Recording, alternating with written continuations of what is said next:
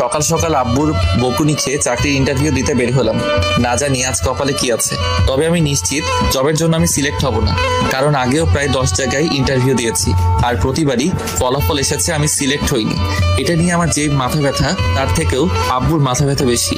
সবসময় শুধু কথা শোনাবে, চাকরিতে আমি সিলেক্ট হই না সেটা কি আমার দোষ? সে যাই হোক, এখন আমার পরিচয় দেওয়া যাক। আমি হিমেল মেহরাজ, বাবা মায়ের একমাত্র সন্তান। আর শুনতে হবে না, আস্তে আস্তে সব জানতে পারবে। ইন্টারভিউ রুমের বাইরে বসে আছি, এমন সময় একজন আমাকে ভিতরে যেতে বললেন আর বসে না থেকে রুমে গেলাম। স্যার আসবো? কথারই বলে ভিতরে থাকা মানুষটাকে দেখে নিজের কলিজা কেঁপে উঠলো, কারণ সামনে সুমাইয়াকে দেখে পাটা কাঁপতে শুরু করে দিচ্ছে। এই যে মিস্টার, আপনি কি ভেতরে আসবেন নাকি ওখান থেকে চলে যাবেন?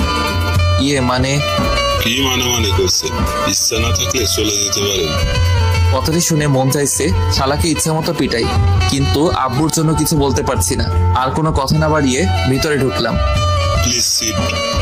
জি। শামীম সাহেব এবং রেজাউল সাহেব, আমি একাই এনার ইন্টারভিউ নেব, তো প্লিজ আপনারা কোনো কিছু বলবেন না। জি ম্যাডাম। সুমাইয়ার এমন কথা শুনে হার্টবিট বেড়ে গেল। এখন কি বলে আল্লাহ ভালো। সো মিস্টার হিমেল, এই যাবৎ কয়টা ইন্টারভিউ দিয়েছেন? মাত্র 10টা। 10টা দিচ্ছেন, সেটাও আবার মাত্র? জি। আপনার কি এখনো লুচ্চামি করার অভ্যাস আছে? সরি, আমাকে দেখে কি তাই মনে হয়? দেখে তো অনেক কিছুই হয়। এখন বলুন, আপনি কি কোনো গার্লফ্রেন্ড আছে? সুমাইয়ার কথা শুনে মন চাইছে খালিকে ধরে ইচ্ছে মতো পিটাই। কখন কি বলতে হয় এটাও হয়তো জানে না। কি হলো, কথা বলছেন না কেন? জি, মানে ছিল, বাট এখন নাই। কেন, সময় শেষ তাই? না, তবে তার বাপের অনেক টাকা, যার জন্য অনেক অহংকার ছিল, তাই ছেড়ে দিছি। কি বললি তুই? আমি অহংকার করতাম? আরে আপনি রাগ করছেন, তাকে বলছি নাকি? ম্যাডাম, উনি তো অন্য কারো কথা বলছেন। ওকে, আমি সরি, এখন আপনি যেতে পারেন।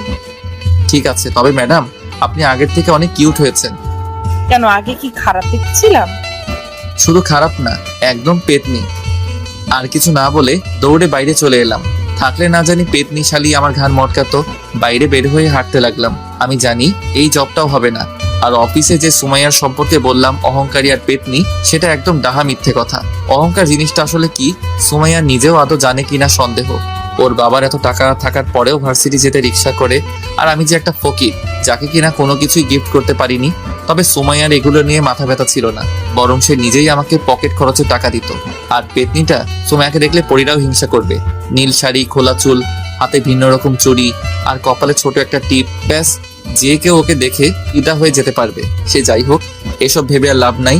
আমি জানি এই জব আর হবে না। বাসায় গিয়ে ফ্রেশ হয়ে ঘুমিয়ে গেলাম। রাতে খেয়ে দিয়ে ঘুমিয়ে ফেসবুকিং করছি, এমন সময় একটা অপরিচিত নাম্বার থেকে কল আসলো।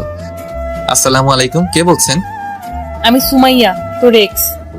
ওই শালি, তুই আবার আমারে কল করছিস কেন?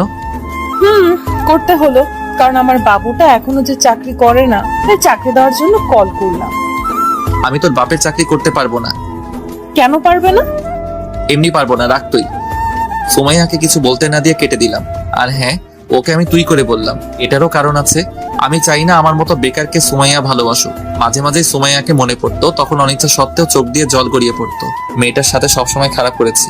সুমাইয়াকে ভালোবাসার কথা আমি প্রথম বলেছিলাম, আবার ব্রেকআপটাও আমি করেছিলাম। আমি চাই না আমার জন্য ওর জীবনটা নষ্ট হয়ে যাক। আর কিছু না ভেবে সেদিনের মতো ঘুমিয়ে গেলাম। পরের দিন সকালে নাস্তা করার পর আড্ডা দেওয়ার জন্য বাসা থেকে বের হলাম। কিরে, আজ এত সকাল সকাল? না রে, এমনি।